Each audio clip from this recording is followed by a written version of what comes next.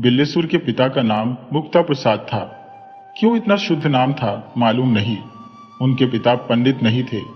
मुक्ता प्रसाद के 4 लड़के हुए, मन्नी, ललई, बिल्लेसुर, दुलारी। नाम उन्होंने स्वयं रखे, पर ये शुद्ध नाम है। उनके पुकारने के नाम गुणानुसार और है। मन्नी पैदा होकर साल भर के हुए।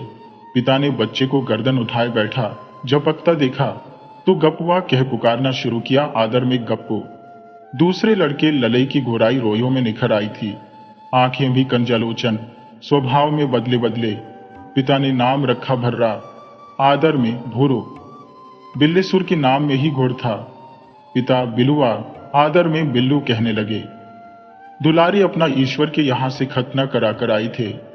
पिता को नामकरण में आसानी हुई, कटुआ कहकर पुकारने लगे, आदर में कट्टू। अभाग्यवश पुत्रों का विकास देखने से पहले मुक्ता प्रसाद संसार बंधन से मुक्त हो गए। उनकी पत्नी देख रेख करती रही, पर वे भी पीस कर, चौका टहल कर, कंडे पाट कर, धोर छोड़कर, रोटी पकाकर, छोटे से बाग के आम महुए बीन कर, लड़कों को किसानी के काम में लगाकर ईश्वर के यहां चली गई। उनके न रहने पर चारों भाइयों की एक राय नहीं रही। विवाद काम में विघ्न पैदा करता है। फलतः 4 भाइयों की 2 टोलियां हुई। मन्नी और बिल्लेसुर एक तरफ हुए, ललई और दुलारी एक तरफ, जैसे सनातन धर्मी और आर्य समाजी। कुछ दिन इसी तरह चला, फिर इसमें भी शाखें फूटी, जैसे वैष्णव और शाक्त, वैदिक और वितंडावादी। फिर सबकी अपनी डफली और अपना राग रहा। सनातन धर्मानुसार मन्नी दुखी हुई कि तरीके सुकुर होने के कारण कोई लड़की नहीं ब्याह रहा। पर विवाह आवश्यक है, इस लोक के लिए भी और परलोक के लिए भी। माता पिता गुजर गए हैं, पानी तो उन्हें मिल जाता है, पर माता जी को बढ़िया नहीं मिलती। बिना गृहिणी के घर में भूत डेरा डालते हैं। विचार के अनुसार मन्नी बातचीत करते और जहां कहीं अनाथ की लड़की देखते थे, दौरे डालते थे। एक जगह लासा लग गया। कहना ना होगा, ऐसे विवाह की बातचीत में अत्युक्ति ही प्रधान होती है, अर्थात झूठ ही अधिक, यानी 1 पैसे की हैसियत 1 लाख की बताई जाती है। मन्नी के विवाह में ऐसा ही हुआ। लड़की ने मां का दूध छोड़ा ही था। मां बेवा थी। कहा गया, रुपये 200-300 लेकर क्या करोगी, जबकि लड़की को अभी 10 साल पालना पोसना है। वहीं चलकर रहो, घी दूध खाओ और रानी की तरह रहकर लड़की की परवरिश करो। बात मां के दिल में बैठ गई। मन्नी तब 30 साल के थे, पर चूंकि नाट्य कद के थे, इसलिए 18-19 की उम्र बतलाई गई। मूछों की वैसी बला न थी। बात खप गई। मन्नी के खेतों के पास एक झाड़ी है, कहते हैं वहां देवता झारखंडेश्वर रहते हैं। एक दिन शाम को मन्नी धूप दीप, अक्षत चंदन, फूल फल, जल लेकर गए और उकड़ू बैठकर उनकी पूजा करते न जाने क्या क्या कहते रहे। फिर लौटकर प्रसाद पाकर लेटे और पहर रात पूर्वा की तरफ चल दिए। 1 हफ्ते बाद बैंगनी साफा बांधे एक बेवा और उसकी लड़की को लेकर लौटे। रास्ते में जमींदार का खेत लगा था। दिखकर कहा, सब अपनी ही रब्बी है। सासू जी ने मुश्किल से आनंद अतिरेक को रोका। कुछ बड़े गांव के बागात देख पड़े। मन्नी ने हाथ उठाकर बताया, वहां से वहां तक सब अपनी ही बागें हैं।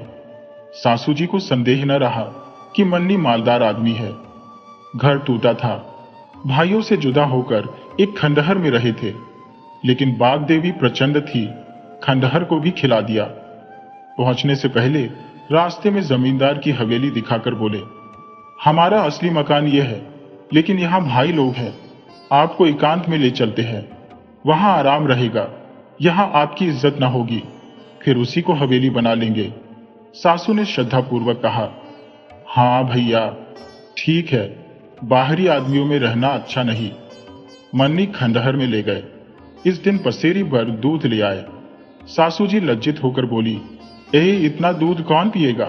मन्नी ने गंभीरता से उत्तर दिया, औंटने पर थोड़ा रह जाएगा, 3 आदमी है, ज्यादा नहीं। फिर अभी कुछ दूध चीनी शरबत के तौर पर पिएंगे। सासू ने आराम की सांस ली। मन्नी भंग छानते थे।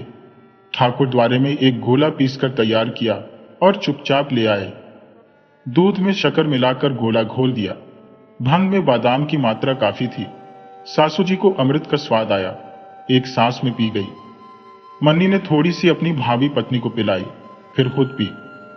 सासू जी हाथ पैर धोकर बैठी, मन्नी पूड़ी निकालने लगे। जब तक नशा चढ़े चढ़े तब तक काम कर लिया। पूड़ी तरकारी, दूध, शक्कर, मिठाई, खटाई बड़ी तत्परता से सासू जी को परोसा। सासू जी को मालूम दिया मन्नी बड़ी तपस्या के फल मिले। खूब खाया। मन्नी ने पलंग बिछा दिया था, माँ बेटी लेगी। मन्नी भोजन करके ईश्वर स्मरण करने लगे। आधी रात को जोर से गला झाड़ा, पर सासू जी बेखबर रही। फिर दरवाजे पर हाथ दे दे मारा, पर उन्होंने करवट भी न ली। मन्नी समझ गए कि सुबह से पहले आंख ही न खोलेंगी। बस अपनी भाभी पत्नी को गले लगाया और भगवान बुद्ध की तरह घर त्याग कर चल दिए। पत्नी गले लगी सोती रही। सुबह होते होते मन्नी ने 7 कोस का फासला तय किया।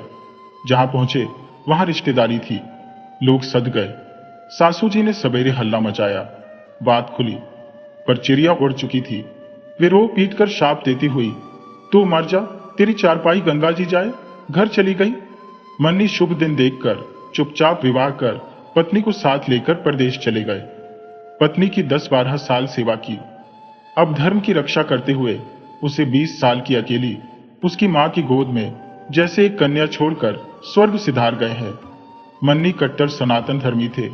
ललई का दूसरा हाल है। पहले ये भी कलकत्ता बंबई की खाद छानते फिरे, अंत में रतलाम में आकर डेरा जमाया। यहां एक आदमी से दोस्ती हो गई। कहते हैं ये गुजराती ब्राह्मण थे। ईश्वर की इच्छा, कुछ दिनों में दोस्त ने सदा के लिए आंखें मूंद दी। लाचार दोस्त के घर का कुलभार ललई ने उठाया। दोस्त का एक परिवार था, पत्नी, 2 बेटे, बड़े बेटे की स्त्री। इन सबसे ललई का वही रिश्ता हुआ जो इनके दोस्त का था। इस परिवार में कुछ माल भी था, इसलिए ललई ने परदेश रहने से देश रहना आवश्यक समझा। चूंकि अपने धर्म कर्म में दृढ़ थे, इसलिए लोक निंदा और यशा कथा को एक सा समझते थे। अस्तु इन सबको गांव ले आए। एक साथ पत्नी, 2-2 पुत्र और पुत्रवधू को देखकर लोग एकटक रह गए। इतना बड़ा चमत्कार उन्होंने कभी नहीं देखा था, कहीं सुना भी नहीं था। गांव वालों की दृष्टि ललई पहले ही समझ चुके थे, जानते थे जिस पर पड़ती है उसका जल्द निस्तार नहीं होता, इसलिए निस्तार की आशा छोड़कर ही आए थे। गांव वालों ने ललई का पान पानी बंद किया। ललई ने सोचा एक खर्च बचा। गांव वाले भी समझे इसने बेवकूफ बनाया, माल ले आया है जिसका कुछ भी खर्च न कराया गया। ललई निर्विकार चित्त से अपने रास्ते आते जाते रहे, मौके की ताक में थे। इसी समय आंदोलन चला। ललई देश के उद्धार में लगे। बड़ा लड़का गुजरात में कहीं नौकर था, खर्चा भेजता रहा। गांव वाले प्रभाव में आ गए। ललई की लाली के आगे उनका असहयोग न टिका। अब मिलने की बातें कर रहे हैं। ललई राजनीतिक सुधारक, सामाजिक आदमी है। बिल्लेसुर का हाल आगे लिखा जाएगा। इनमें बिल और ईश्वर दोनों के भाव साथ साथ रहे। दुलारे आर्य समाजी थे। बस्ती दीन सुकुल 50 साल की उम्र में एक बेवा ले आए थे। लाने के साल ही भर में उनकी मृत्यु हो गई। दुलारे ने उस बेवा को समझाया, पति के रहते भी 3 साल या 3 महीने खबर न लेने पर पत्नी को दूसरा पति चुनने का अधिकार है। फिर जब बस्ती दीन नहीं रहे, तब तीसरे पति के निर्वाचन की उन्हें पूरा स्वतंत्रता है और दुलारे उनकी सब तरह सेवा करने को तैयार है। स्त्री को एक अवलंब चाहिए।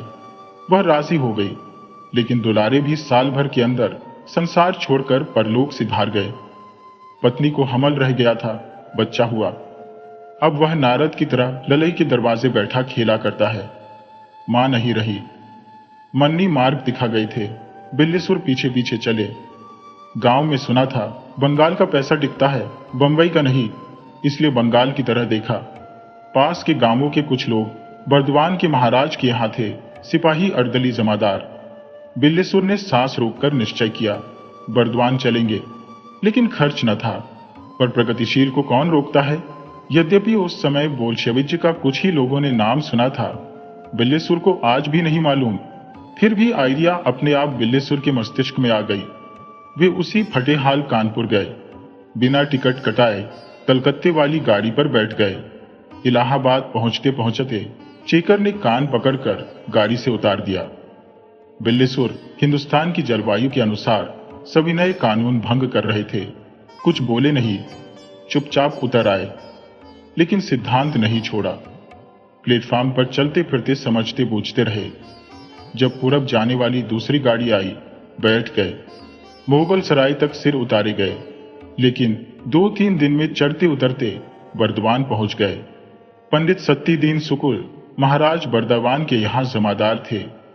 यद्यपि बंगालियों को सत्तीदीन शब्द के उच्चारण में अड़चन थी, वे सत्यदीन या सतीदीन कहते थे। फिर भी सत्तीदीन की उन्नति में वे कोई बाधा नहीं पहुंचा सके। अपनी अपार मूर्खता के कारण सत्तीदीन महाराज के खजांची हो गए। आधे इसलिए कि ताली सत्तीदीन के पास रहती थी, खाता एक दूसरे बाबू लिखते थे। सत्तीदीन इसे अपने एकांत विश्वासी होने का कारण समझते थे। दूसरे हिंदुस्तानियों पर भी इस मर्यादा का प्रभाव पड़ा। बिल्लेसुर समझबूझकर इनकी शरण में गए। सत्तीदीन सस्त्रीक रहते थे। 2-3 गायें पाल रखी थी। स्त्री शिखर दशना थी, यानी सामने के 2 दांत आवश्यकता से अधिक बड़े थे।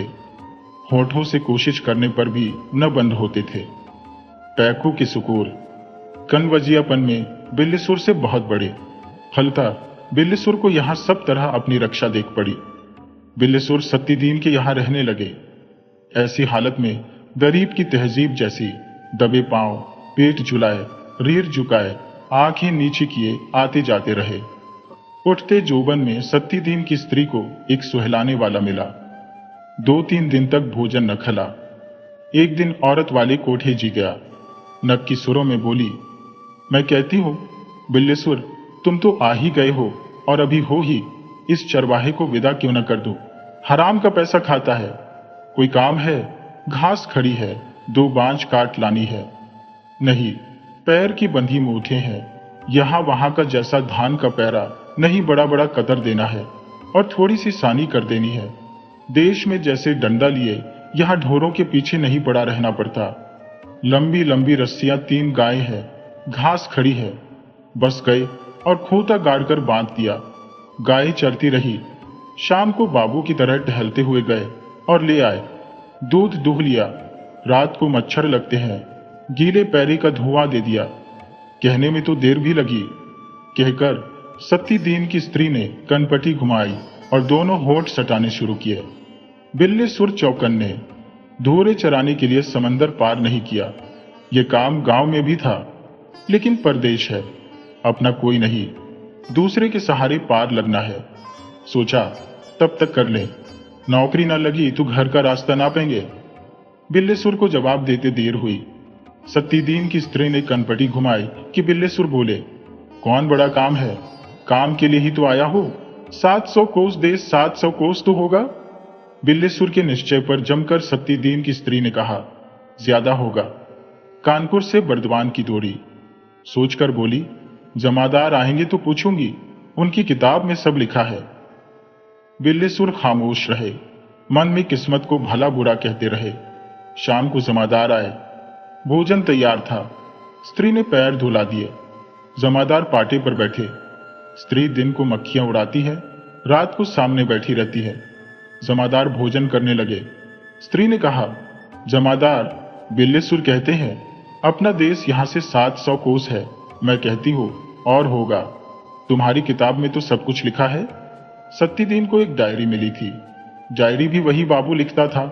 लिखने के विषय के अलावा और क्या क्या उसमें लिखा है, सत्तीदीन उस बाबू से कभी कभी पढ़ाकर समझते थे। सत्तीदीन ने सोचा, महाराज ने ऊंचा पद तो दिया ही है, संसार को भी उनकी मुट्ठी में बेर की तरह डाल दिया है।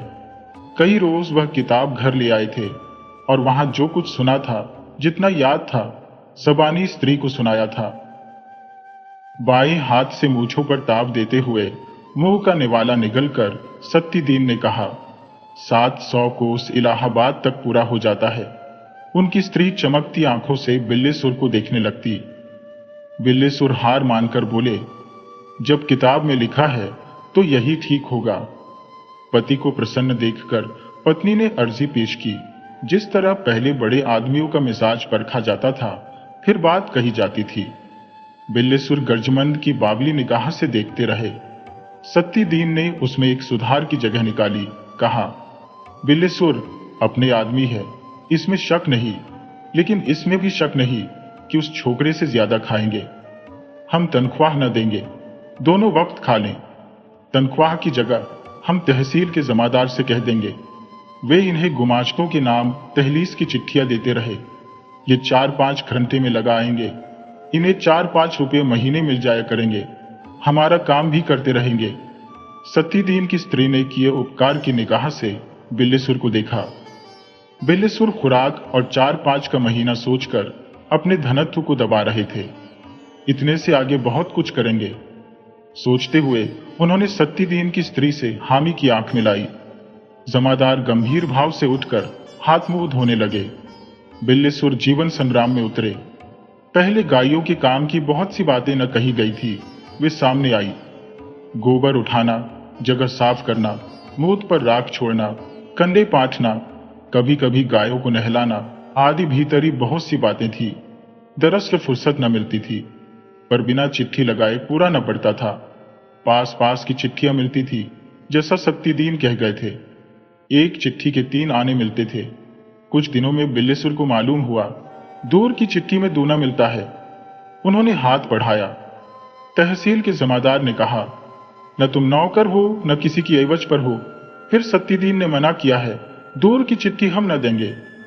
बिल्लेसुर पैरों पड़े, कहा, नौकर तो आप ही करेंगे, तब तक दूर वाली चिट्ठी भी दें। मैं 12 कोस 6 घंटे में जाऊंगा आऊंगा। जमादार चिट्ठी देने लगे। चिट्ठी लगाना सत्तीदीन की स्त्री को अखरता था। बिल्लेसुर लौटकर सदा छड़ी त्योरियां देखते थे। गोकी काम में कसर न रहती थी। 10 बजे तक कुल काम कर जाते थे, लौटकर गायों को खोल लाते थे और रात 9 बजे तक उनके पीछे लगे रहते थे। फिर भी सत्तीदीन की स्त्री की शिकन न मिटती थी। दूसरा नौकर भी न रखा, क्योंकि बिल्लेसुर सस्ते थे। बातें कभी कभी सुनाती थी जो कानों को प्यारी न थी और उनसे पेट की आंतें निकलने को होती थी। बिल्लेसुर बर्दाश्त करते थे। गर्मी के दिनों में 10-12 बजे तक घर का कुछ काम करते थे। फिर चिट्ठी लगाते हुए देर हुई सोचकर धूप में नंगे सिर बिना छाता दौड़ते हुए रास्ता पार करते थे। लौटते थे हांफते हुए, मुंह का थूक सूखा हुआ, होंठ सिमटे हुए, पसीने पसीने, दिल धड़कता हुआ, यहां का बाकी काम करने के लिए। पहुंचकर जमीन पर जरा बैठते थे कि सत्तीदीन की स्त्री पूछती थी, कितना कमा लाए बिल्लेसुर? जबान छुरी से पहनी, मतलब हलाल करता हुआ। बिल्लेसुर उस गर्मी में बनावटी नरमी लाते हुए, खीस निपोड़कर जवाब देते हुए, जरा सुस्ताकर गायों के पीछे तरह तरह के काम में दौड़ते हुए। उन दिनों कियों से बिल्लेसुर कह चुके, मर्द से औरत होना अच्छा, कोई नहीं समझा। बिल्लेसुर सूखे होठों की हार खाई हंसी हंसकर रह गए। गांव में भी बिल्लेसुर की बर्दाश्त करने की आदत पड़ी थी। कभी कुछ बोले नहीं, अपनी जिंदगी की किताब पढ़ते गए। किसी भी वैज्ञानिक से बढ़कर नास्तिक। बिल्लेसुर दूसरे का अविश्वास करते करते एक खास शक्ल के बन गए थे और अपना बल न छोड़ा था, जैसे अकेले तैराक हो। सत्तीदीन की स्त्री को न मालूम होने दिया कि दूर की कौड़ी लाते हैं। 12 कोस की दौड़ 6 कोस की रही। दुनिया को खुश करने की नस टोए पा चुके थे। दम साधे दबाते हुए कई महीने खे गए। एक दिन जमादार को खुश देखकर बोले, बाबा अब नौकरी लगा देते। उन्होंने कहा, अच्छा कल नाप देना।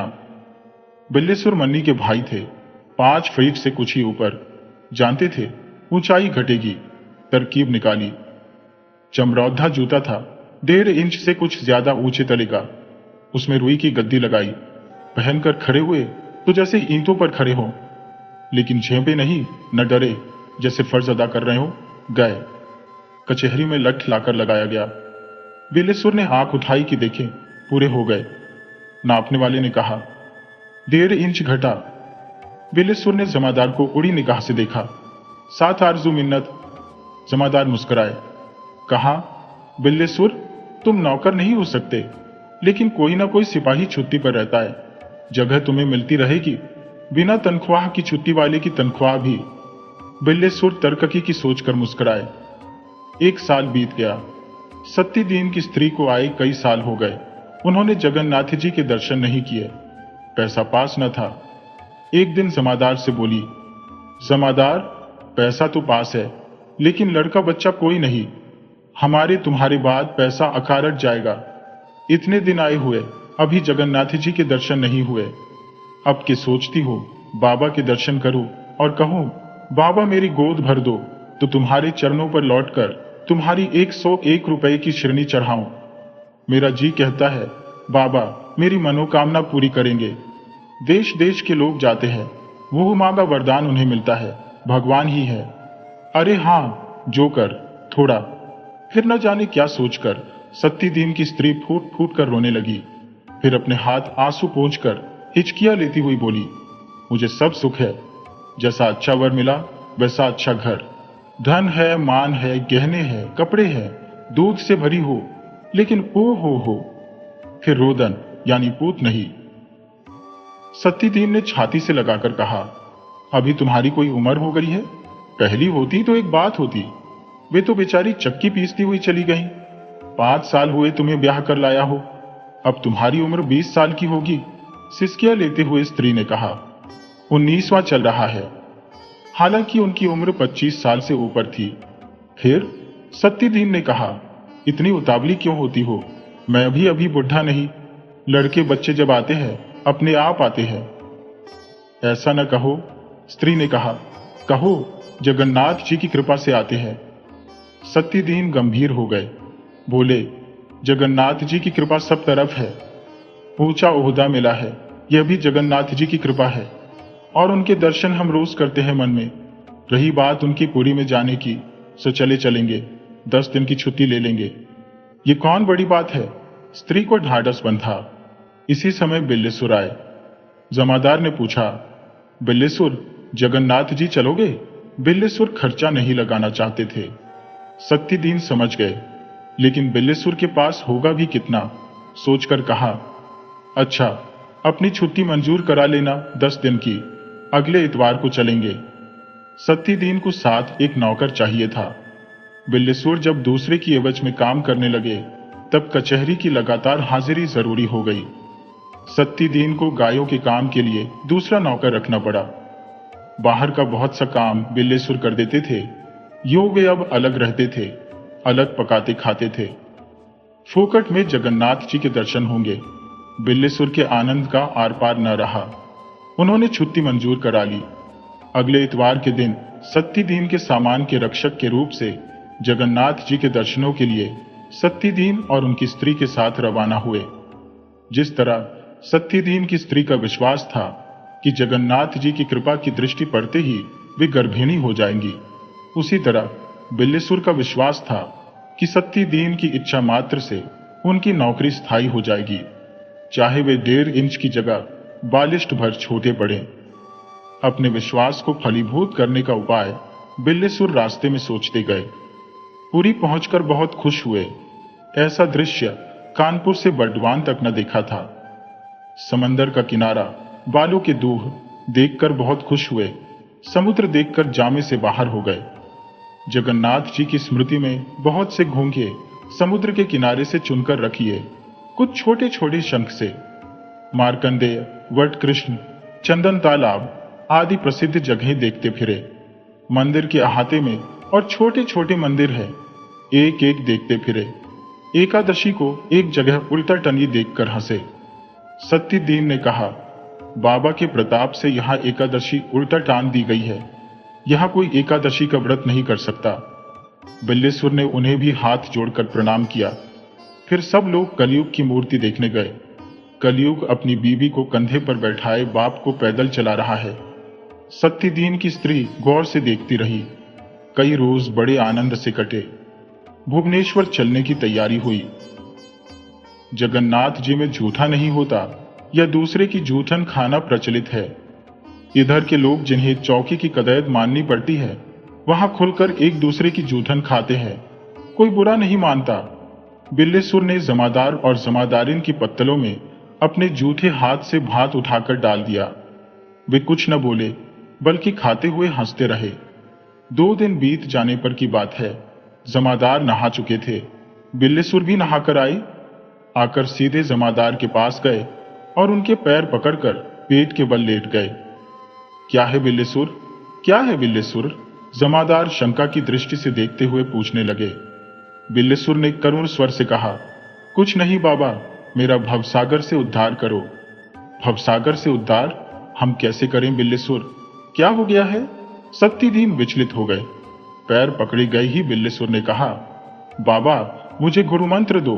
अरे गुरु यहाँ एक से एक बड़े हैं, छोड़ो पांव, उनमें जिससे चाहो मंत्र ले लो। सत्तीदीन ने पैर छुड़ाने को किया। मेरी निगाह में तुमसे बड़ा कोई नहीं, तुम मुझ पर दया करो। पैर पकड़े हुए बिल्लेसुर ने पैरों पर माथा रख दिया। मुझे तो काय गुरु मंत्र आता ही नहीं, सिर्फ गायत्री आती है, विकल होकर सत्तीदीन ने कहा। बाबा गायत्री से बड़ा गुरु मंत्र और कोई नहीं, मैं यही मंत्र लूंगा। अरे गायत्री तो जनेऊ होते वक्त तुम सुन चुके हो। मैं भूल गया हूं, तुम्हारे पैर छूकर कहता हूं, कल मैंने सपना देखा है कि बाबा जगन्नाथ जी कहते हैं, लेकिन कहूंगा तो सपना फलियाएगा नहीं। स्वप्न की बात से सत्तीदीन की स्त्री रोमांचित हुई। बिल्लेसुर बाजी मार ले गया। सोचा, पुकार कर कहा, बिल्लेसुर पैर छोड़ दो, तुम्हें बाबा का सपना हुआ है तो मैं कहती हूं जमादार गुरु मंत्र देंगे। यहां आओ, अकेले में मुझसे बताओ कि क्या सपना देखा। बात पाकर बिल्लेसुर ने पैर छोड़ दिए। सत्तीदीन की स्त्री कोठरी की तरफ बढ़ी। बिल्लेसुर साथ साथ गए। वहां जाकर कहा, मैं सोता था, देखा भुस्स से एक आग जल उठी, उसमें 3 मुंह वाला एक आदमी बैठा था। उसने कहा, बिल्लेसुर तू गरीब ब्राह्मण है, सताया हुआ है, लेकिन घबरा मन, तू जिसके साथ आया है उनकी सेवा कर, उनसे गुरु मंत्र ले ले, तू दूधों पूतों पलेगा। फिर देखता हूं तो कहीं कुछ नहीं। सत्तीदीन की स्त्री ने निश्चय किया, हल उल्टा हुआ।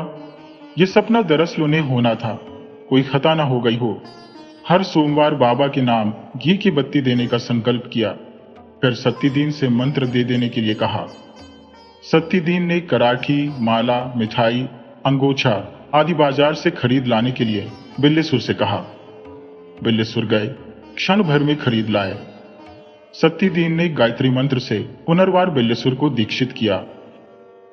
बिल्लेसुर की श्रद्धालु आंखों का प्रभाव सत्तीदीन की स्त्री पर पड़ा। जगन्नाथ दर्शन बिल्लेसुर के मुकाबले उनका फीका रहा सोचकर जमादार से बोली, जमादार मैं कहती हूं मंत्र मैं भी क्यों न ले लूं। जमादार ने कहा, अच्छा पंडा जी आवें तो पूछ लें।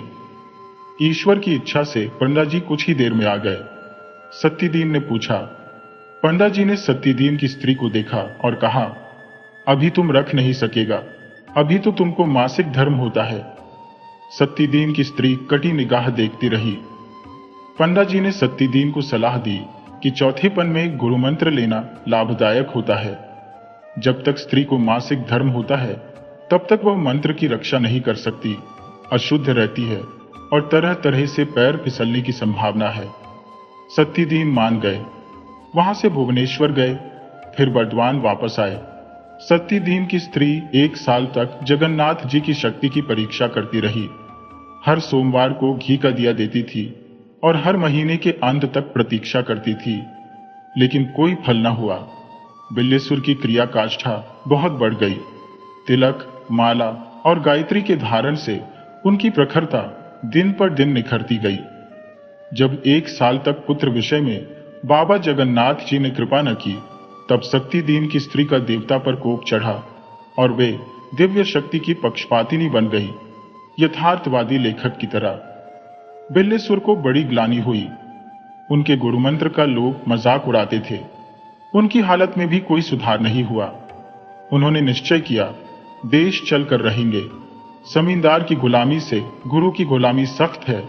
यहां से वहां की आबोहवा अच्छी, अपने आदमी बोलने बतलाने के लिए है। अब यहां नहीं रहेंगे। गुरुआइन का यथार्थवाद भी बिल्लेसुर को खला। एक दिन वे अपनी कंठी और माला लेकर गए और गुरुआइन के सामने रखकर कहा, मैंने देश जाने की छुट्टी ली है, लौटू या न लौटू कहने को क्यों रहे। ये माला है और ये कंठी लो, अब मैं चेला नहीं रहूंगा। जैसे गुरु वैसी तुम, ये तुम्हारा मंत्र है। कहकर गायत्री मंत्र की आवृत्ति कर गए और सुनाकर चल दिए। फिर पैर भी नहीं छुए। बिल्लेसुर गांव आए।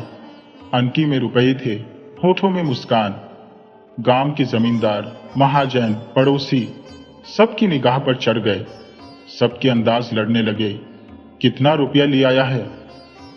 लोगों के मन की मंदाकिनी में अव्यक्त ध्वनि थी। बिल्लेसुर रुपयों से हाथ धोए। रात को लाठी के सहारे कच्चे मकान की छत पर चढ़कर आंगन में उतरकर रखा सामान और कपड़े लत्ते उठा ले जाने वाले चोर इस ताक में रहने लगे कि मौका मिले तो हाथ मारे। एक दिन मंसूबा गांठ कर त्रिलोचन मिले और अपनी शान वाली आंख खोलकर बड़े अपनाव से बिल्लेसुर से बातचीत करने लगे। क्यों बिल्लेसुर, अब गांव में रहने का इरादा है या फिर चले जाओगे? बिल्लेसुर त्रिलोचन के पिता तक का इतिहास कंठाग्र किए थे। सिर्फ हिंदी के ब्लैंक वर्स के श्रेष्ठ कवि की तरह किसी सम्मेलन या घर की बैठक में आवृत्ति करके सुनाते न थे। मुस्कुराते हुए नरमी से बोले, भैया अब तो गांव में रहने का इरादा है। बंगाल का पानी बड़ा लांगन है। त्रिलोचन के तीसरे नेत्र में और चमक आ गई। एक कदम बढ़कर और निकट होते हुए सामीप्य वाले भक्त के सहानुभूति सूचक स्वर से बोले, बड़ा अच्छा है, बड़ा अच्छा है। काम कौन सा करोगे? अभी तक कुछ विचार नहीं किया। बिल्लेसुर वैसे ही मुस्कुराते हुए बोले, बिना सोते के कुतरा सूख जाता है। बैठे बैठे कितने दिन खाओगे? सही सही कहता हूं, अभी तो ऐसे ही दिन कटते हैं। ऐसा न कहना, गांव के लोग बड़े पाजी है। पुलिस में रिपोर्ट कर देंगे तो बदमाशी में नाम लिख जाएगा। कहाँ करो, जब चुक जाएगा तब फिर कमा लाएंगे। बिल्लेसुर सिटपिटाए। कहा, हाँ भैया, आजकल होम करते हाथ जलता है। लोग समझेंगे जब कुछ है ही नहीं तब खाता क्या है? चोरी करता होगा। त्रिलोचन ने सोचा, परले दर्जे का चालाक है, कहीं कुछ खोलता ही नहीं।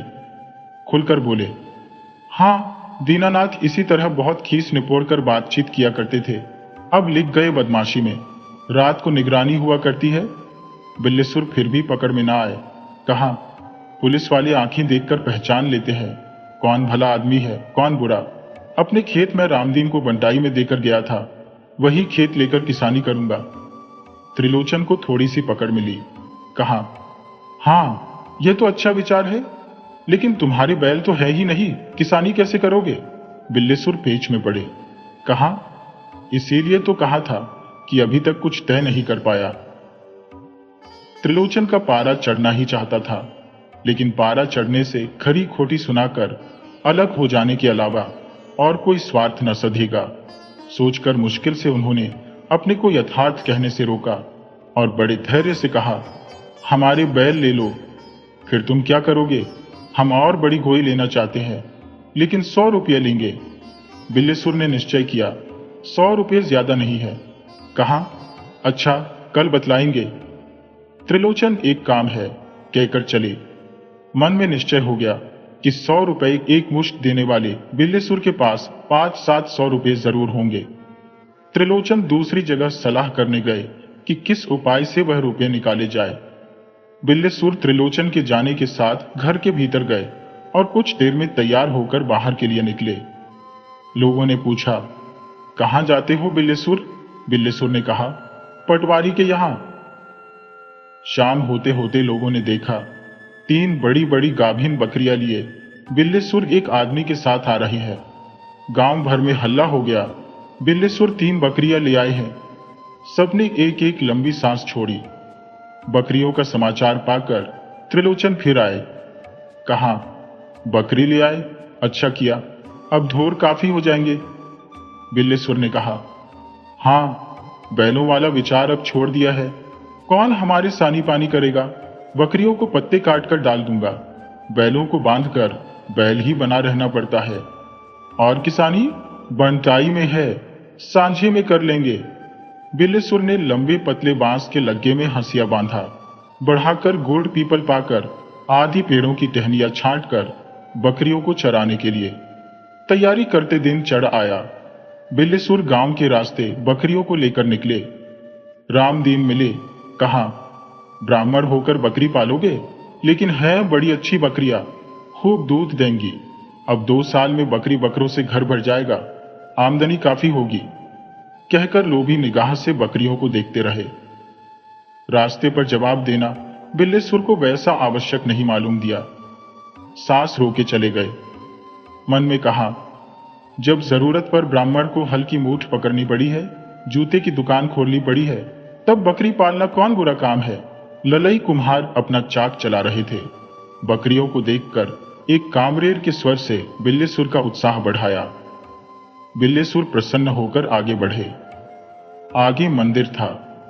भीतर महादेव जी, बाहर पीछे की तरफ महावीर जी प्रतिष्ठित थे। जब भी बिल्लेश्वर गुरु मंत्र छोड़ चुके थे, फिर भी बकरियों की भेड़िए से कल्याण कामना किए बिना नहीं रहा गया। मंदिर में गए। उन्हें महादेव जी से महावीर जी अधिक शक्ति वाले मालूम दिए। यह भी हो सकता है कि बाहर महावीर जी के पास जाने से वे गलियारे से जाती हुई बकरियों को भी देख सकते थे। अस्तु महावीर जी के पैर छूकर मन ही मन उन्होंने कुछ कहा और फिर अपनी बकरियों का पीछा पकड़ा। खेत की हरियाली की तरफ लपकती बकरी को हटककर सामने लक्ष्य स्थिर करके बढ़े। मन्नू का पक्का कुआं आया। गलियारे में ही खड़े खड़े लग्गा बढ़ाकर गलियारे पर आती पीपल की निचली डाल से टहनियां छांटने लगे। टहनियों के गिरते ही बकरियां पत्तियों से जुट गईं। जरूरत भर लच्छियां छांटकर लग्गा डाल के सहारे खड़ा कर बिल्लेश्वर कुएं की जगत पर चढ़कर बैठे बकरियों को देखते हुए। सामने पड़ती जमीन थी। बगल से एक बरसाती नाला निकला था। चरवाहे लड़के वही ढोर लिए इधर उधर खड़े थे। बिल्लेश्वर को देखा, उनकी बकरियों को देखा, भगाने की सोची। सयाने लड़कों ने सलाह की। बात तय हो गई कि खेत कर नाले में कर दिया जाए। बिल्लेश्वर परेशान होंगे, खोजेंगे, मिलेंगी मिलेंगी, न मिलेंगी भला से। एक ने कहा, पासियों को खबर कर दी जाए तो नाले में मारकर निकोलेंगे, कुछ मांस हमें भी मिलेगा। दूसरे ने कहा, गाभिन है, किस काम का मांस। फिर भी बकरियों को भगाने का लोभ लड़कों से न रोका गया। सलाह करके कुछ बाहर तके रहे, कुछ बिल्लेश्वर के पास गए। एक ने कहा, काका आओ कुछ खेला जाए। बिल्लेश्वर मुस्कुराए, कहा, अपने बाप को बुला लाओ, तुम क्या हमारे साथ खेलोगे। फिर सतर्क दृष्टि से बकरियों को देखते रहे। दूसरे ने कहा, अच्छा काका न खेलो, परदेश गए थे वहां के कुछ हाल सुनायो। बिल्लेश्वर ने कहा, बिना अपने मरे कोई सरग नहीं देखता। बड़े होकर परदेश जाओगे तब मालूम कर लोगे कि कैसा है। एक तीसरे ने कहा, यहां हम लोग हैं, भेड़िए का डर नहीं, वह ऊंचे हार में लगता है। बिल्लेश्वर ने कहा, इधर भी आता है लेकिन आदमी का भेष बदलकर। ये कहकर बिल्लेश्वर उठे। बकरियां एक एक पत्ती टूंग चुकी थी। झपाटे से बढ़कर लग्गा उठाया और हाँक कर दूसरी तरफ ले चले। पड़ती जमीन से ऊंचे वाग की तरफ चलते हुए कुछ रिया की लच्छियां छाटी। दीनानाथ गांव जाते हुए मिले। लोभी निगाह से बकरियों को देखते हुए पूछा, कितने की खरीदी। बिल्लेश्वर ने निगाह ताड़ते हुए कहा, अधिया की मिली है। बिल्लेश्वर के जगह भाग से दीना की छोटी खड़ी हो गई। ऐसा तज्जुब हुआ। पूछा, तीनों। बिल्लेश्वर ने अपनी खास मुस्कुराहट के साथ जवाब दिया, नहीं तो क्या एक। दीना ने अर्थाकर पूछा, यानी बकरी तुम्हारी, दूध तुम्हारा, मर जाए उसकी, बच्चे आधे आधे। बिल्लेश्वर ने कहा, हां। बिल्लेश्वर के असंभावित लाभ के बोझ से जैसे दीना की कमर टेढ़ी हो गई।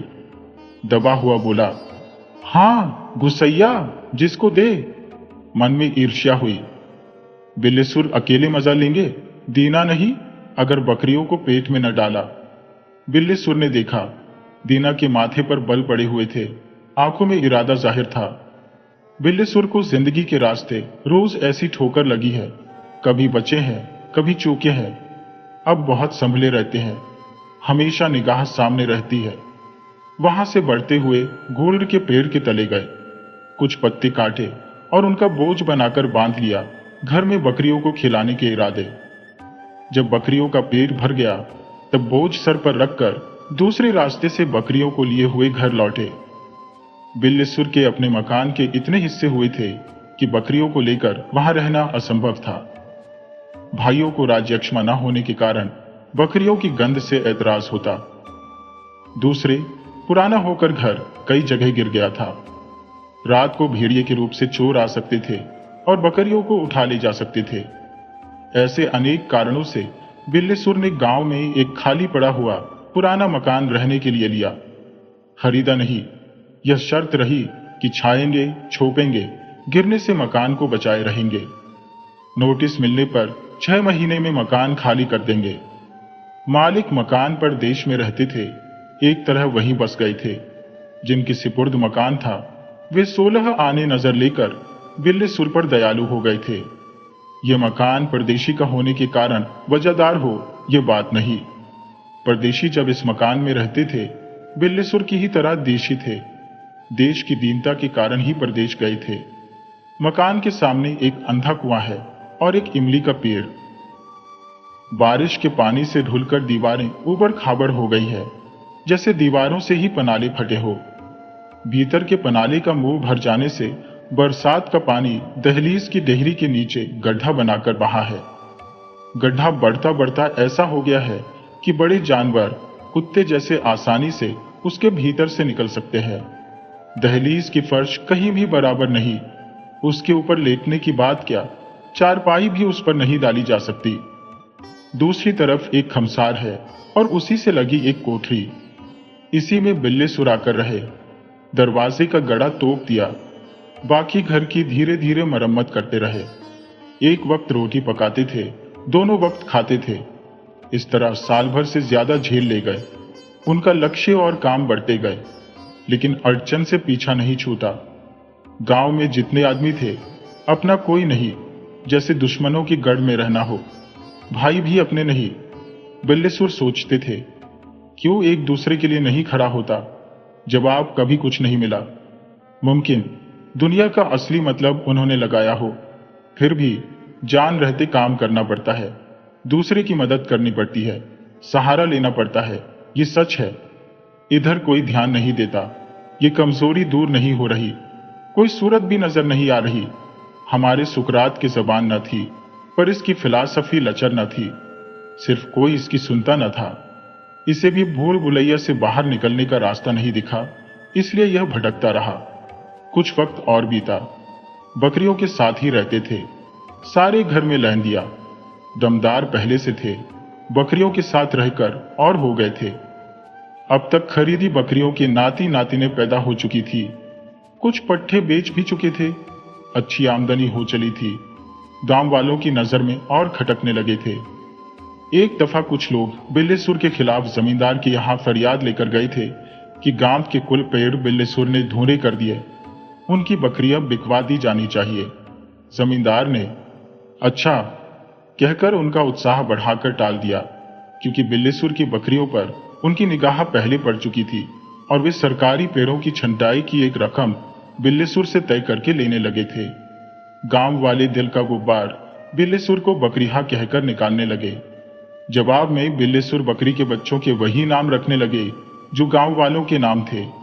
नहाकर, रोटी पका खाकर, शाम के लिए रखकर बिल्लीसुर बकरियों को लेकर निकले। कंधे में वही लग्गा पड़ा हुआ। जामुन पक रही थी। एक डाल में लग्गा लगाकर हिलाया। लग्गे की एक तरफ हंसिया, दूसरी तरफ लघु सी बंधी थी। फरेंदे गिराकर बिनकर अंगोछे में ले लिए और खाते हुए गलियारे से चले। आगे महावीर जी वाला मंदिर मिला। चढ़ गए और चबूतरे के ऊपर से मुंह की गुठली नीचे फेंककर महावीर जी के पैर छुए और रोज की तरह कहा, मेरी बकरियों की रखवाली किए रहना। तुलसीदास जी या सीता जी की जैसी अंतर्दृष्टि न थी। होती तो देखते। मूर्ति मुस्कुराई। जल्दी जल्दी पैर छूकर और कहकर मंदिर के चबूतरे से नीचे उतरे। बकरियों को लेकर गलियारे से होते हुए बाग की ओर चले। दोपहर हो रही थी।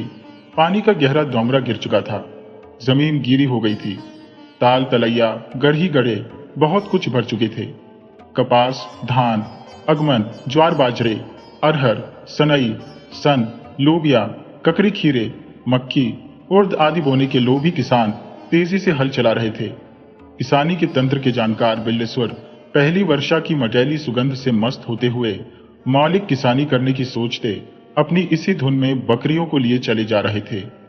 उन बंटाई उठाए खेतों में एक खेत खोद काश्त के लिए ले लिया था। बरसात वाली किसानी में मेहनत ज्यादा नहीं पड़ती। एक बाह दो बाह करके बीज डाल दिया जाता है। वर्षा के पानी से खेती फूलती फलती है। बैल नहीं है, अगमन जोतने बोने के लिए कोई मांगे न देगा। बिल्लीसुर ने निश्चय किया कि 6-7 दिन में अपने काम भर को जमीन वे फावड़े से घोट डालेंगे। गांव के लोग और सब खेती करत है, शकरकंद नहीं लगाते, इसमें काफी फायदा होगा। फिर अगहन में उसी खेत में मटर बो देंगे। जब शकरकंद बैठेगी, रात को ताकना होगा, तब किसा को कुछ देकर रात को तका लेंगे। एक अच्छी रकम हाथ लग जाएगी। निश्चय के बाद जब बिल्लीसुर इस दुनिया में आए, तब देखा वे बहुत दूर बढ़ आए हैं। आग्रह और उतावली से जांच की निगाह बकरियां पर डाली। गंगा, जमुना, सरजू, पार्वती है, सिखाइन, जमीला, गुलबिया, सितबिया है, रमुआ, श्यमुआ, भगवतिया, प्रभुआ है, तुरुई है और दिनवा। बिल्लीसुर चौकन्ने होकर देखने लगे। पीछे दूर तक निगाह दौड़ाई, दीनानाथ न दिखे। कलेजा धक्स हुआ।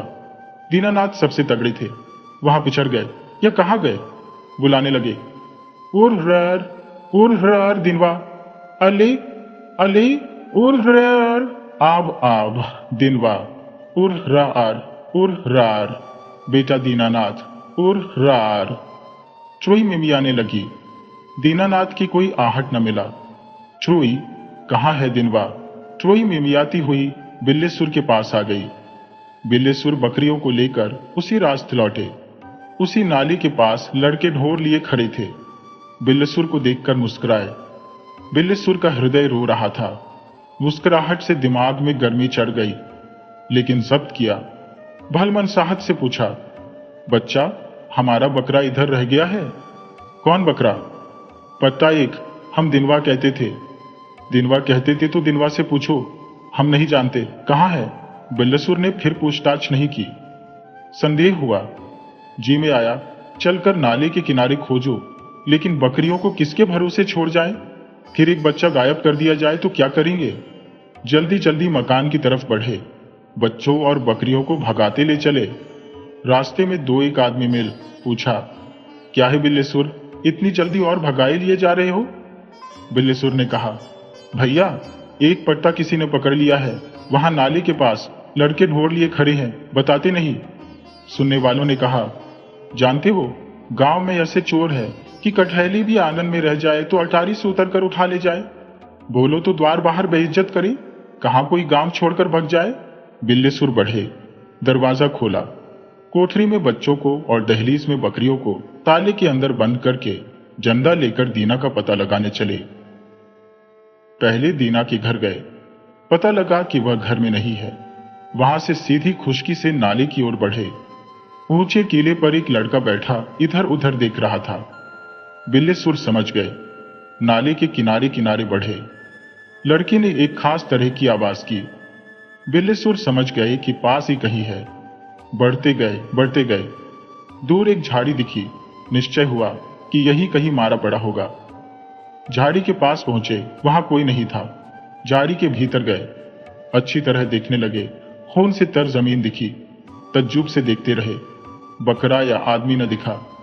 चेहरा उतर गया। दिल रो रहा था, लेकिन आंखों में आंसू न थे। कहीं इंसाफ नहीं, सिर्फ लोग नसीहत देते हैं। चलकर कुएं के पास आए। बहुत गर्मा गए थे। जगत पर बैठे। बकरा मार डाला गया। लड़के जानते हैं, लेकिन बतलाते नहीं। 8 रुपए का था। जीरो उठा। कोई मददगार नहीं। ढलते सूरज की धूप सिर पर पड़ रही थी, लेकिन बिल्लीसुर ख्याल में ऐसे डूबे थे कि गर्मी पहुंचकर भी न पहुंचती थी। आज बकरियां भूखी हैं। शाम हुआई है, चराने का वक्त नहीं। लग्गा नहीं, पत्तियां नहीं काटी, रात को भी भूखी रहेंगी। इस तरह कैसे निर्वाह होगा? बिना खाए सवेरे दूध ना होगा। बच्चे भूखे रहेंगे, दुबले पड़ जाएंगे। बीमारी भी चकर सकती है। छोकर रखा है, लेकिन उतनी बकरियों और बच्चों को क्या होगा? रात को पेट छांटना पड़ेगा। सूरज डूब गया। बिल्लीसुर की आंखों में शाम की उदासी छा गई। दिशाएं हवा के साथ साई साई करने लगी। नाला वहां जा रहा था जैसे मौत का पैगाम हो। लोग खेत जोत कर धीरे धीरे लौट रहे थे, जैसे घर की दाढ़ के नीचे दबकर पिसकर मरने के लिए। चिड़िया चहक रही थी। रात को घोंसले की डाल पर बैठी हुई रो रो कर साफ कह रही थी, रात को घोंसले में जंगली बिल्ली से हमें कौन बचाएगा? हवा चलती हुई इशारे से कह रही थी। सब कुछ इसी तरह बह जाता है। बिल्लेश्वर डंडा लिए धीरे धीरे गांव की ओर चले। ढाढ़स अपने आप बंद रहा था। दूसरे काम के लिए दिल में ताकत पैदा हो रही थी। भरोसा बढ़ रहा था। गांव के किनारे आए। महावीर जी का वह मंदिर दिखा। अंधेरा हो गया था। सामने से मंदिर के चबूतरे पर चढ़े। चबूतर चबूतरे मंदिर की उल्टी प्रदक्षिणा करके पीछे महावीर जी के पास गए। लापरवाही से सामने खड़े हो गए और आवेग में भरकर कहने लगे, देख, मैं गरीब हूं। तुझे सब लोग गरीबों का सहायक कहते हैं। मैं इसीलिए तेरे पास आता था और कहता था, मेरी बकरियों को और बच्चों को देखे रहना। क्या तूने रखवाली की? बता, लिए थूथन सा मुंह खड़ा है। कोई उत्तर नहीं मिला।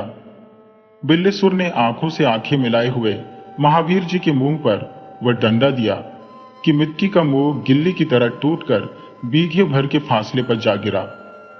बिल्लेश्वर जैसा लिख चुके हैं, दुख का मुंह देखते देखते उसकी डरावनी सूरत को बार बार चुनौती दे चुके थे। कभी हार नहीं खाई। आजकल शहरों में महात्मा गांधी के बकरी का दूध पीने के कारण बकरी दूध की बड़ी खपत है। इसीलिए गाय के दूध से उसका भाव भी तेज है। मुमकिन देहात में भी यह प्रचलन बढ़ा हो, पर बिल्लेश्वर के समय सारा संसार बकरी के दूध से घृणा करता था। जो बहुत बीमार पड़ते थे, जिनके लिए गाय का दूध भी मना था, उन्हें बकरी के दूध की व्यवस्था दी जाती थी। बिल्लेश्वर के गांव में ऐसा एक भी मरीज नहीं आया। जब दूध बेचा नहीं बिका, किसी को कृपा पात्र बनवाए रहने के लिए व्यवहार में देने पर मुंह बनाने लगा, तब बिल्लेश्वर ने खोया बनाना शुरू किया। बकरी के दूध का खोया बनाने में पहले प्रकृति बाधक हुई। बकरी के दूध में पानी का हिस्सा बहुत रहता है। बड़ी लकड़ी लगानी पड़ी। बड़ी देर तक चूल्हे के किनारे बैठ रहना पड़ा। बड़ी मेहनत। पहाड़ खोदने के बाद जब चूहिया निकली, खोए का छोटा सा गोला बना, तब मन भी छोटा पड़ गया। भैंस के दूध के सेर भर में पाव भर का आधा भी नहीं होता था। धीरज बांधकर बेचने गए। भजना हलवाई जोधपुर वाले के यहां वह गट्टे काट रहा था। जल्दी में उसने देखा नहीं, तोलकर दाम दे दिए। दूसरे दिन गए तो तोलकर रख लिया। बिल्लेश्वर ने पूछा, दाम? उसने कहा, दाम कल दे चुका हूं। मैं समझा था भैंस का खोया है, ये बकरी का खोया है। बकरी के खोइए के आधे दाम भी बहुत है। मैं बकरी का खोया नहीं लेता। अब न ले आना। सारी मिठाई बर्बाद हो जाती है। गाहक गाली देते हैं। न घी है न स्वाद। जो कुछ थोड़ा सा घी निकलता है वह दूसरे घी में मिलाया नहीं जा सकता। कुल घी बदबू छोड़ने लगता है। बिल्लेश्वर सर झुकाकर चुपचाप चले आए। माल है पर बिकता नहीं। तब तरकीब निकाली, इसमें खोया बनाने से कम मेहनत पड़ती है। कंडे की आग परचाकर हंडी में दूध रख देने लगे। अपना काम भी करते थे। दूध गर्म हो जाने पर ठंडा करके जमा देते थे। दूसरे दिन मथ कर मक्खन निकाल लेते थे। मट्ठा खुद भी पीते थे, बच्चों को भी पिलाते थे। मक्खन का घी बनाकर उसमें चौथाई हिस्सा भैंस का घी खरीदकर मिला देते थे और छटाक आध पाव सस्ते भाव में बाजार जाकर बेच आते थे। देहात में गाय, भैंस और बकरी का मिला घी भी बिकता है। जिनके यहाँ जानवरों की दोनों या तीनों किस्में हैं, वे दूध अलग अलग नहीं जमाते। बिल्लेश्वर का काम चल निकला।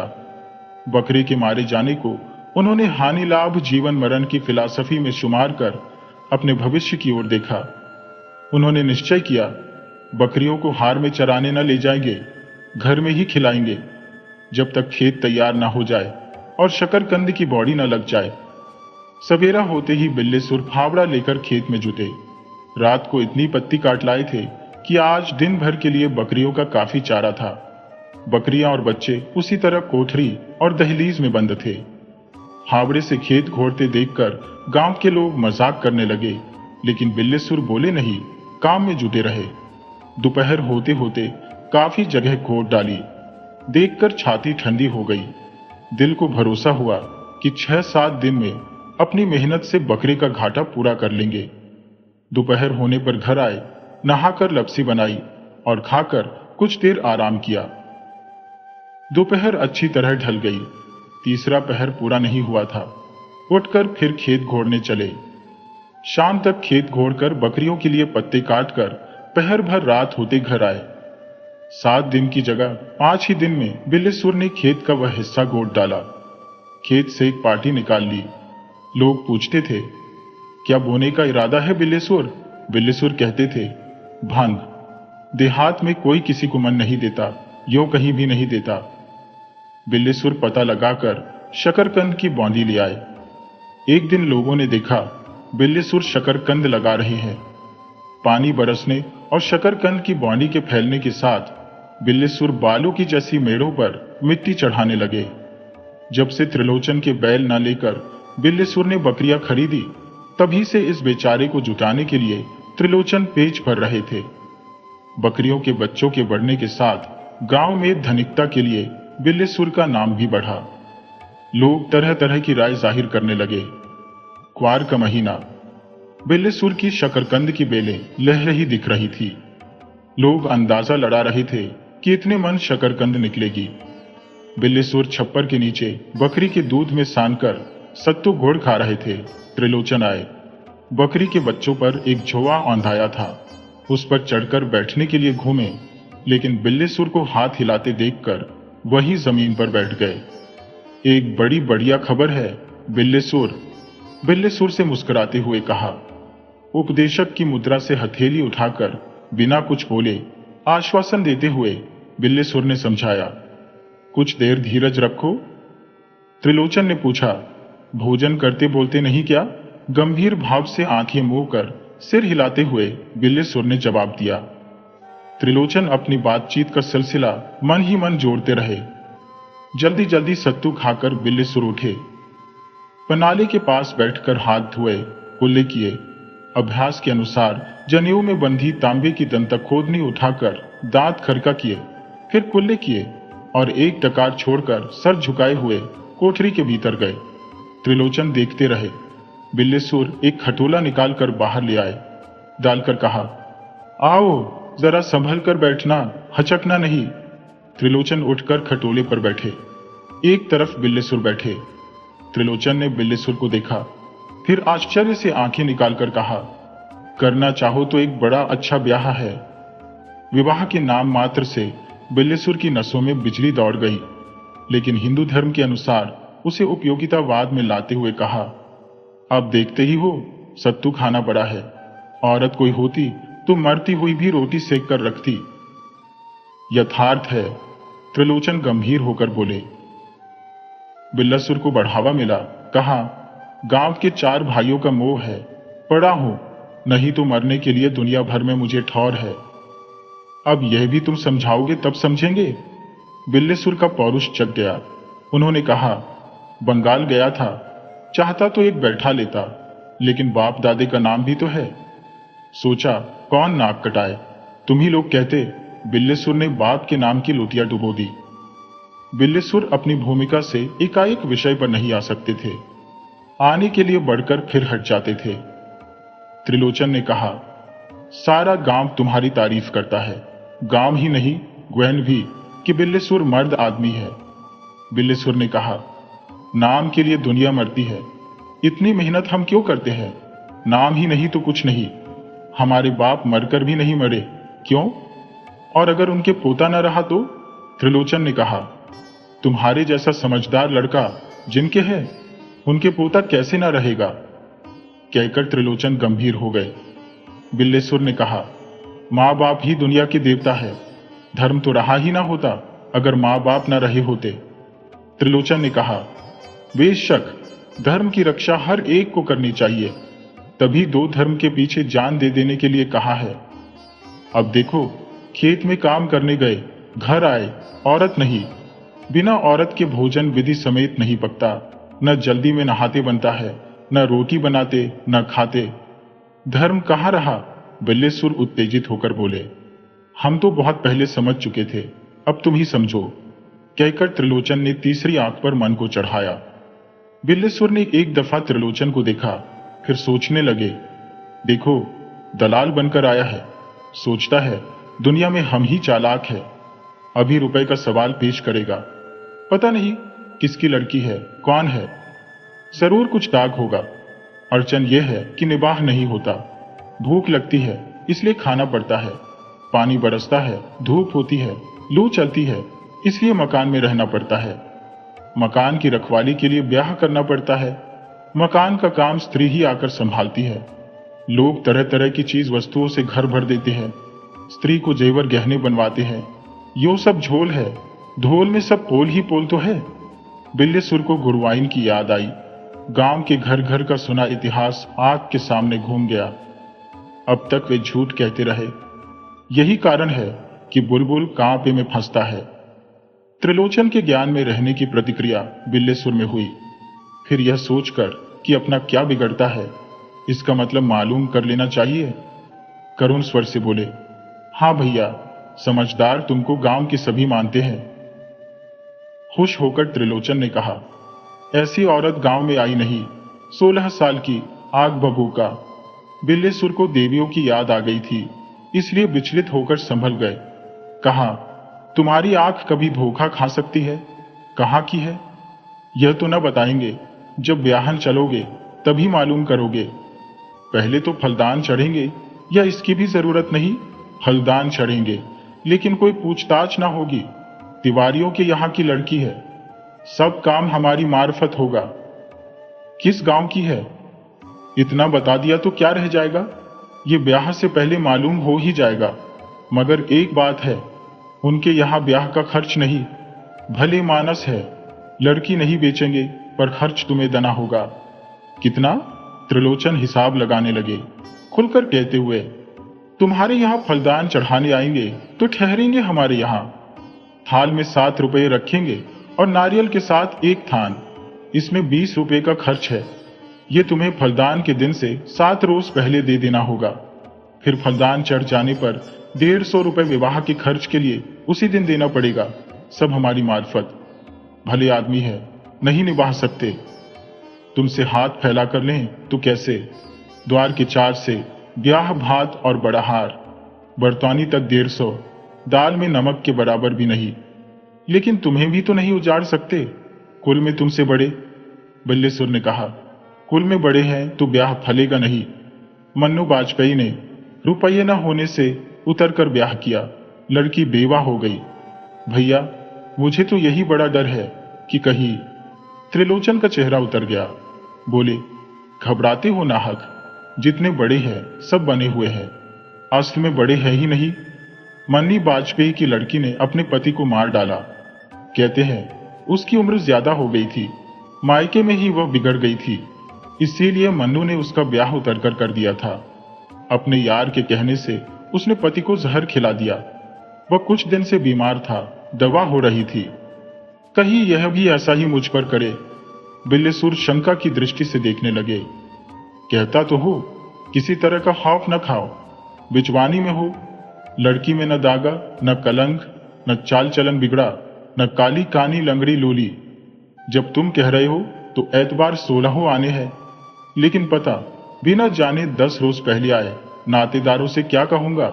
उनसे यह भी नहीं कहते बनता कि त्रिलोचन भैया जानते हैं, इसीलिए पता पूछता हूं। दूसरी बात, कुंडली बिचरवा लेनी है। लड़की की कुंडली ले आओ, मैं अपने सामने बिचरवाऊंगा। लड़की मंगली निकली तो बेमौत मरना होगा। ब्याह करना है तो आंखें खोलकर करना चाहिए। त्रिलोचन मन से बहुत नाराज हुए, बोले, ऐसी बातें करते हो जैसे बाला के हो।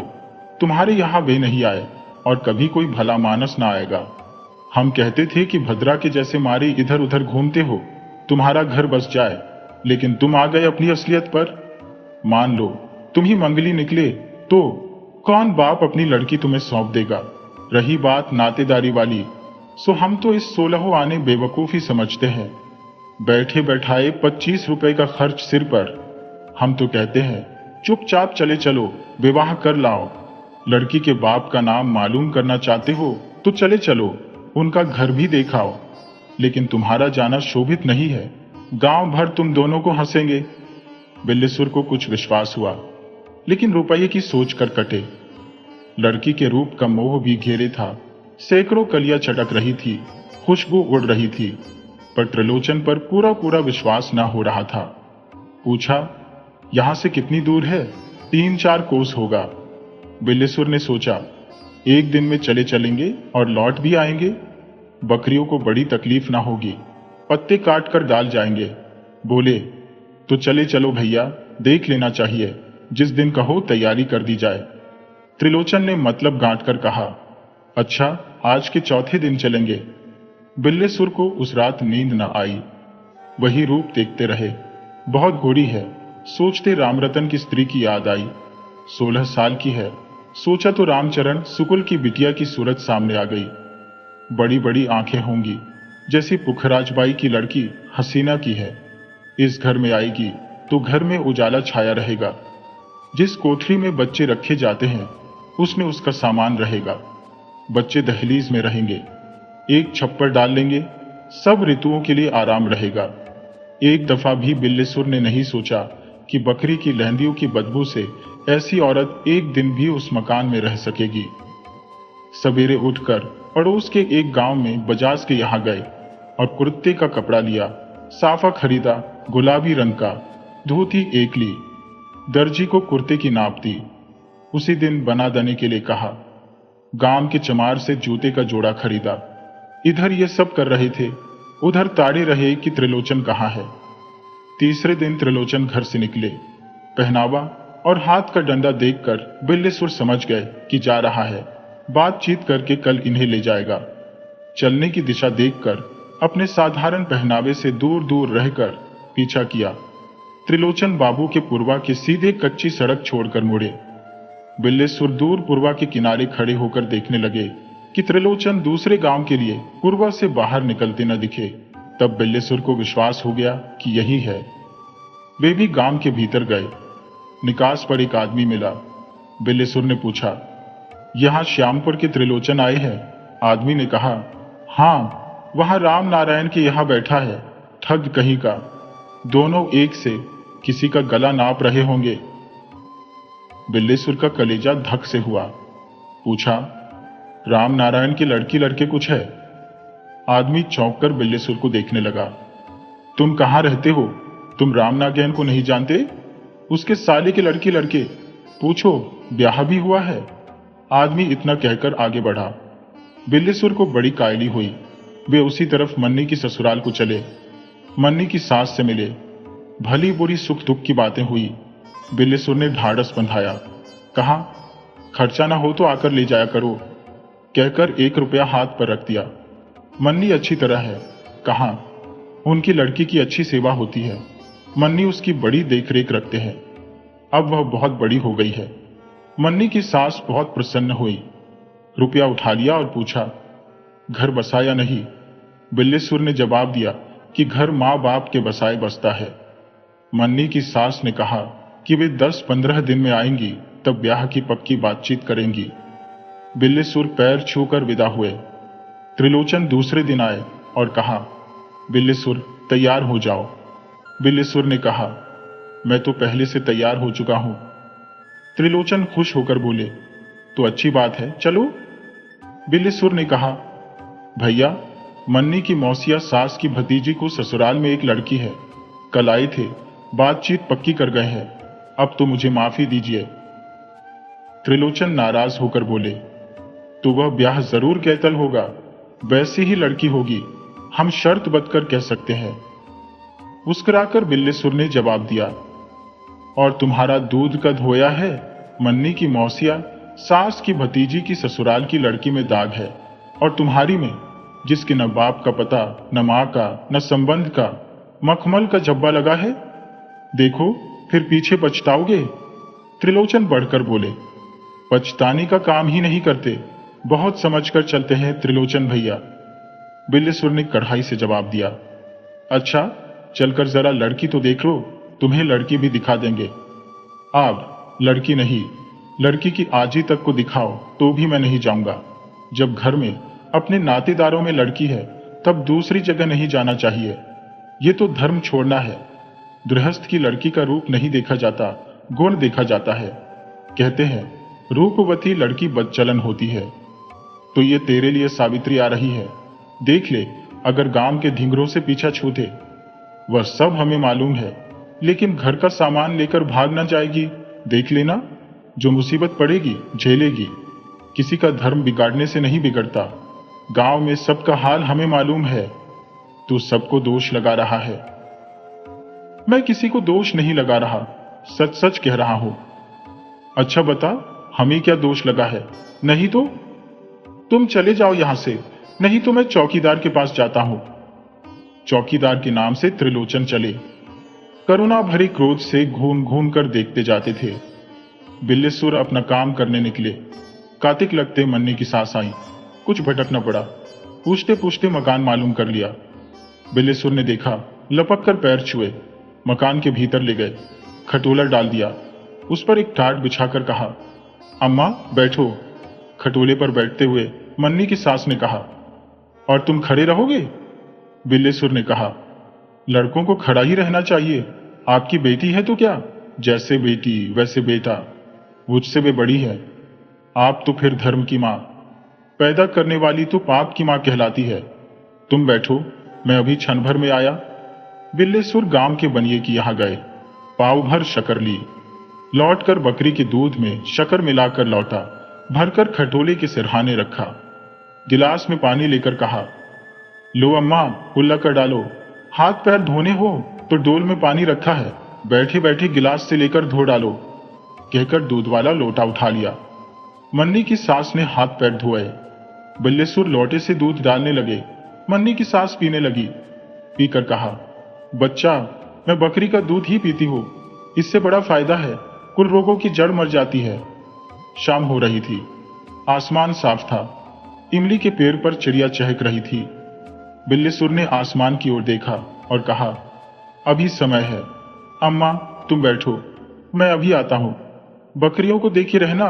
नहीं, भीतर से दरवाजा बंद कर लो, आकर खोलवा लूंगा। यहां अम्मा, बकरियों के चोर बड़े लागन है। बिल्लेसुर बाहर निकले।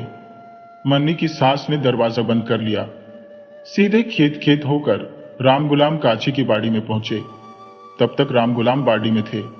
बिल्लेसुर ने पूछा, क्या है? राम गुलाम ने कहा, भांटे हैं, करेले हैं, क्या चाहिए? बिल्लेसुर ने कहा, शेर भर भांटा दे दो, मुलायम मुलायम देना। राम गुलाम भांटे उतारने लगा। बिल्लेसुर खड़े बैंगन के पेड़ों की हरियाली देखते रहे। एक एक पेड़ ऐंठा खड़ा कह रहा था, दुनिया में हम अपना सानी नहीं रखते।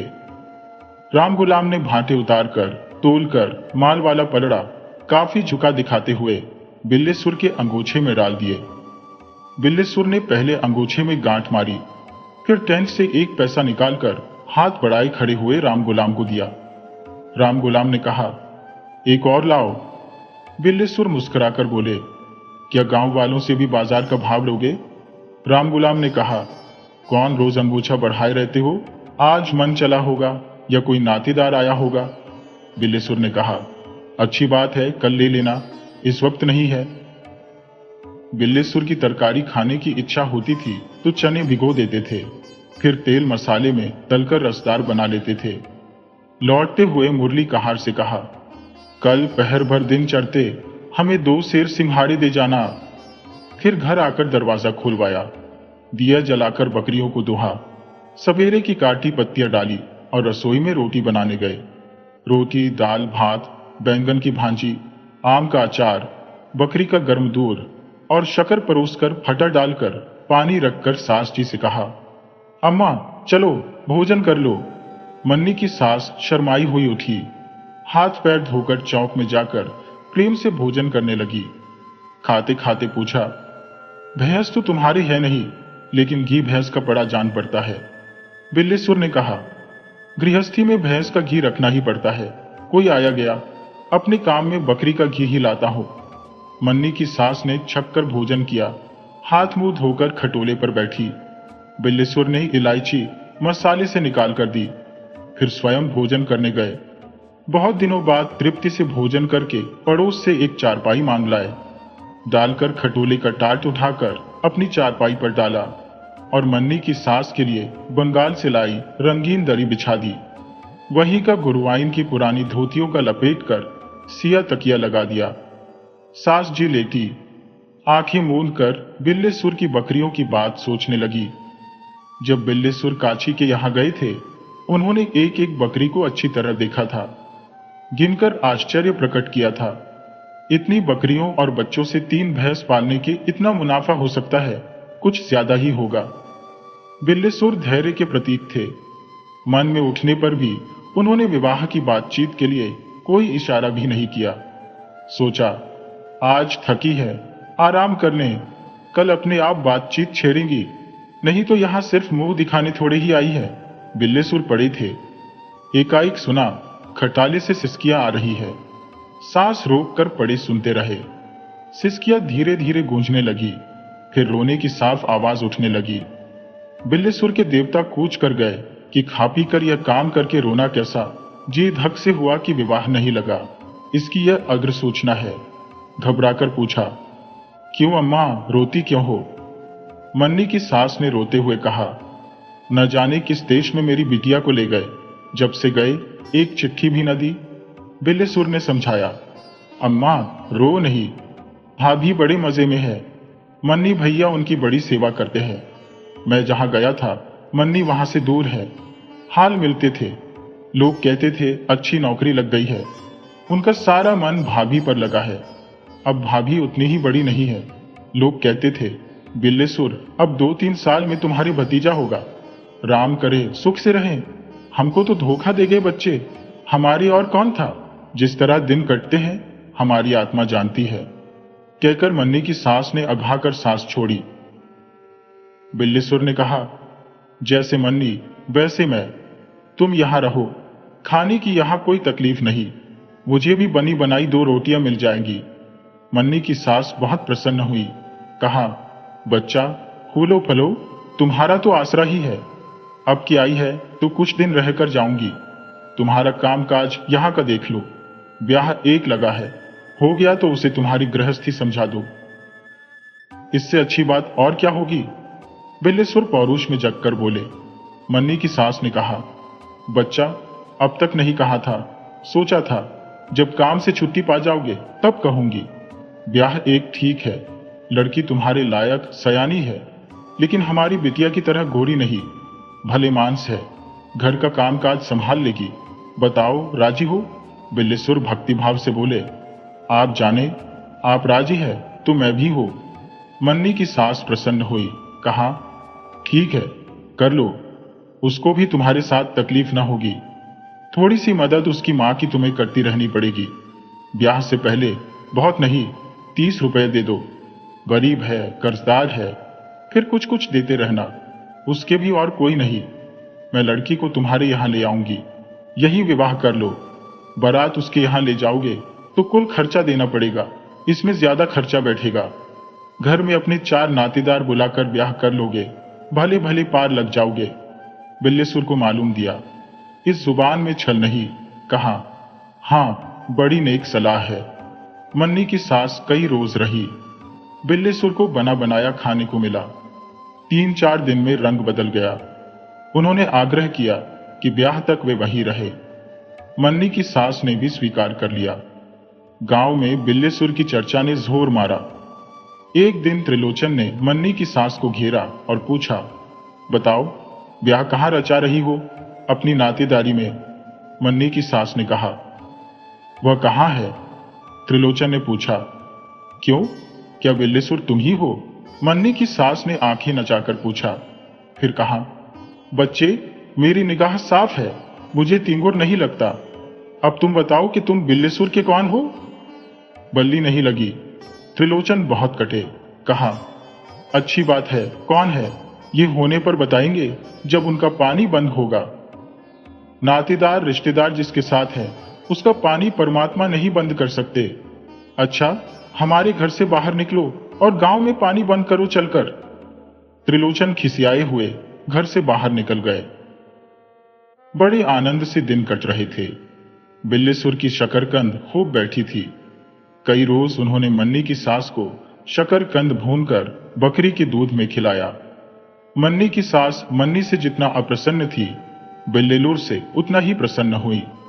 उन्होंने बिल्लेसुर के उजड़े बाग का एक एक पेड़, शकरकंद के खेत की एक एक लता देखी। उनके आ जाने से ताकने के लिए बिल्लेसुर रात को शकरकंद के खेत में रहने लगे। 2-1 दिन जंगली सुअर लगे। 2-3 दिन कुछ कुछ चोर खोद ले गए। अभी बॉडी पीली नहीं पड़ी थी। नुकसान होता देखकर मन्नी की सास ने कुछ शकरकंद खोद लाने की सलाह दी। बिल्लेसुर ने वैसा ही किया। उन्होंने घर में ढेर लगाकर देखा, इतनी शकरकंद हुई है कि साग घर भर गया है। एक एक शकरकंद जैसे लोढ़ा। मन्नी की सास ने मुस्कुराते हुए कहा, इससे तुम्हारा ब्याह भी हो जाएगा और काफी शकरकंद भी खाने को बच रहेगी। शकरकंदों को विश्वास की दृष्टि से देखते हुए बिल्लेसुर ने कहा, अम्मा, सब तुम्हारा आशीर्वाद, नहीं तो मैं किस लायक हूं। सास ने सांस छोड़कर कहा, मेरा बच्चा जीता होता तो अब तक तुम्हारी इतना हुआ होता। खेती किसानी करता, मैं मारी मारी न फिरती। बिल्लेसुर ने उन्हें धीरज दिया, कहा, हम ही तुम्हारे लड़के हैं, तुम कैसे भी चिंता न करो। मेरी जब तक सांस चलती है मैं तुम्हारी सेवा करूंगा, जीना छोटा करो। सास ने आंचल से आंसू पोंछे। बिल्लेसुर दूसरे गांव की तरफ शकरकंदों का खरीदार लगाने चले। सोचा, बकरियों के लिए लौटकर पत्ते काटूंगा। दूसरे दिन खरीदार आया और 70 रुपए की बिल्लेसुर ने शकरकंद बेची। सारे गांव में तहलका मच गया, लोग सिहाने लगे। अगले साल सबने शकरकंद लगाने की ठानी। कार्तिक की चांदनी छिटक रही थी, गुलाबी जाड़ा पड़ रहा था। सबन जाति की चिड़िया कहीं से उड़कर जाड़े भर इमली की फुनगी पर बसेरा लेने लगी थी। उनका कलरव उठ रहा था। बिल्लेसुर रात को चबूतरे की बुर्जी पर बैठ देखते थे। पहले शाम को आसमान में हिरनी हिरन जहां दिखते थे, अब वहां नहीं है। बिल्लेसुर कहते थे, जब जहां चरने को चारा होता है ये चले जाते हैं। शाम से ओस पड़ने लगी थी, इसलिए देर तक बाहर का बैठना बंद होता जा रहा था। लोग जल्द जल्द खा पी कर लेट रहते थे। बिल्लेसुर घर आए। मन्नी की सास ने रोज की तरह रोटी तैयार कर रखी थी। इधर बिल्लेसुर कुछ दिनों से मन्नी की सास की पकाई रोटी खाते हुए चिकने हो चले थे। पैर धोकर चौकी के भीतर गए। मन्नी की सास ने परोसकर थाली बढ़ा दी। सास को दिखाने के लिए बिल्लेसुर रोज अग्रासन निकालते थे। भोजन करके उठते वक्त हाथ में ले लेते थे और रखकर हाथ मुंह धोकर कुल्ले करके बकरी के बच्चे को खिला देते थे। अग्रासन निकालने से पहले लौटे से पानी लेकर 3 दफे थाली के बाहर से छुआते हुए घुमाते थे। अग्रासन निकालकर थुनकिया देते हुए लौटा बजाते थे और आंखें बंद कर लेते थे। वह कृत्य आज भी किया। जब भोजन करने लगे तब सास जी बड़ी दीनता से खीसे काट कर बोली, बच्चा, अब अगहन लगने वाला है, कहो तो अब चलो। फिर खास कर बोली, वह काम भी तो अपना ही है। कौर निकलकर गंभीर होते हुए मोटे गले से बिल्लेसुर ने कहा, हाँ, वह काम तो देखना ही है। वही कह रही थी। कुछ आगे खिसक कर सासजी ने कहा, कुछ रुपए अभी दे दो, कुछ बाद को, ब्याह के 2-3 रोज पहले दे देना। रुपये के नाम से बिल्लेसुर पुनमुनाए, लेकिन बिना रुपए दिए ब्याह न होगा, यह समझते हुए एक पक्ष लगाकर ब्याह पक्का करने लगे। कहा, अभी तो अम्मा किसी पंडित से विचरवाया भी नहीं गया, न बने तो। बच्चे की बात। पूरे विश्वास से सर उठाकर मन्नी की सास ने कहा, उसमें जब कोई दोख नहीं है तब ब्याह बनेगा कैसे नहीं। बच्चे, वह पूरी गऊ है और उसका ब्याह, वह अब तक होने को रहता। राम खिलावन आए परदेश से, उल्टे पांव लौट जाना चाहते थे। हाथ जोड़ने लगे, चाची ब्याह करा दो, जितना रुपया कहो देंगे। अच्छा भाई, लड़की की अम्मा को मनाकर कुंडली लेकर बिछड़वाने गए। हट से बन गया। लड़की की अम्मा को 300 नगद दे रहे थे। पर शिष्टा की बात, लड़की की अम्मा ने कहा, मेरी बिटिया को परदेश ले जाएंगे, फिर कभी इधर झांकेंगे नहीं। बीमारी आरामी बोध भर पानी को तरसूंगी, रुपए लेकर मैं क्या करूंगी। बना बनाया ब्याह उखड़ गया। फिर चुकंदरपुर के जमींदार राम निवाज आए, उनसे भी ब्याह बन गया। हल्दान चढ़ने का दिन आया, तब लड़की की अम्मा को उनके गांव के किसी पट्टीदार ने भड़काया कि राम निवाज अपने बाप का है ही नहीं। बस ब्याह रुक गया। कितने ब्याह आए, सब बन गए, लेकिन कोई ना हो पाया। बिल्लेसुर को निश्चय हो गया कि लड़की के खून में कोई खराबी नहीं। उन्होंने संतोष की सांस छोड़ी। मन्नी की सास का भावावेश तब तक मंद न पड़ा था। बंगालिन की तरह चटक कर बोली, अब तुमसे कहती हो, हमारे अपने हो। सैकड़ों सच्ची झूठी बातें न गढ़ती तो वह रौड़ तुम्हारे लिए राजी ना होती। बिगड़कर बिल्लेसुर बोले, तुम तो कहती थी बड़ी भले मानुस है। कहने के लिए बच्चा ए भले मानुस सबको कहते हैं, लेकिन कैसा भी भला मानुस हो अपनी चित्त कौड़ी को पट होते देखता है। फिर वह 10 विस्वे वाली तुम्हारे यहाँ कैसे लड़की ब्याह देती। उसको समझाया कि दुर्गादास के सुकुल है, परदेश कमा के आए हैं। कहो कि एक साथ गिन दे तो ऐसा ना होगा, धीरे धीरे देंगे। आखिर कहाँ जाती, मान गई। तुमसे इसीलिए कहा 30 ब्याह से पहले दो, फिर धीरे धीरे मदद करते रहो। सासजी टकटकी बांधे बिल्लेसुर को देखती रही। इतने कम पर राजी न होना मूर्खता है, समझकर बिल्लेसुर ने कहा, अच्छा कल कुंडली और 1 रुपया लेकर चलो। 3-4 दिन में मैं पंडित से आकर पूछूंगा कि कैसा बनता है। 1 दफे नहीं बच्चा, 10 दफे, लेकिन जब आना तब 15 रुपए लेते आना कम से कम। गंभीर होकर बिल्लेसुर उठे और हाथ मुंह धोने लगे। मन को समझाती हुई सासजी भोजन करने बैठी। भोजन के बाद दोनों लेटे और अपनी अपनी गुत्थी सुलझाते रहे। किसी ने किसी से बातचीत न की। फिर सब सो गए। पौ फटने से पहले जब आकाश में तारे थे, मन्नी की सास जगी और बिल्लेसुर को जगाने के इरादे से राम राम जपने लगी। बिल्लेसुर उठकर बैठे और आंखें मलकर स्नेह सूचित करते हुए पूछा, अम्मा क्या सवेरे सवेरे निकल जाने का इरादा है?